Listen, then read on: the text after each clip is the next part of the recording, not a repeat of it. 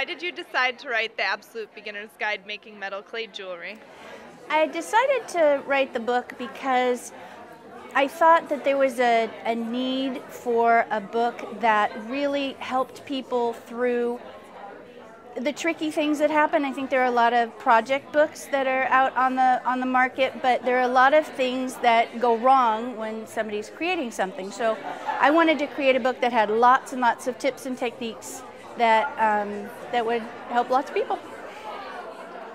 What inspired you to create the projects that are in this book?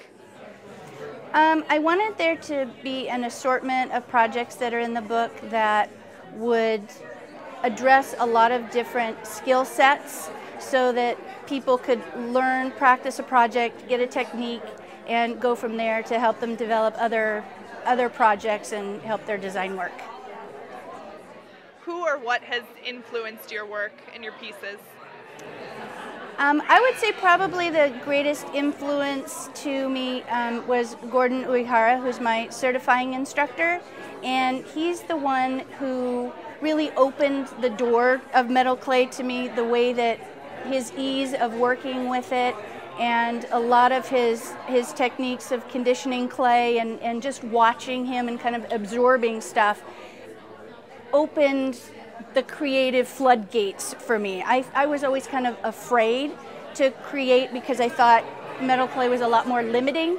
But then when I realized that you could just rework the clay, recondition it, and start doing things over again without having to worry about wasting anything, then it was all over from there.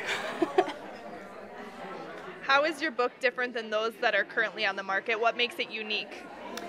I think what makes this book unique is the fact that it does address a lot of those tips and techniques. I wrote it as if I teach my students, so I tried to incorporate things that I say to people when they're in class, when they're struggling.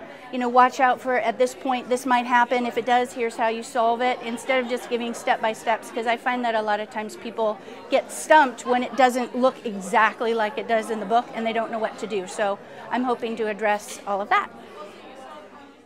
What have you learned from teaching that you've been able to incorporate in the book?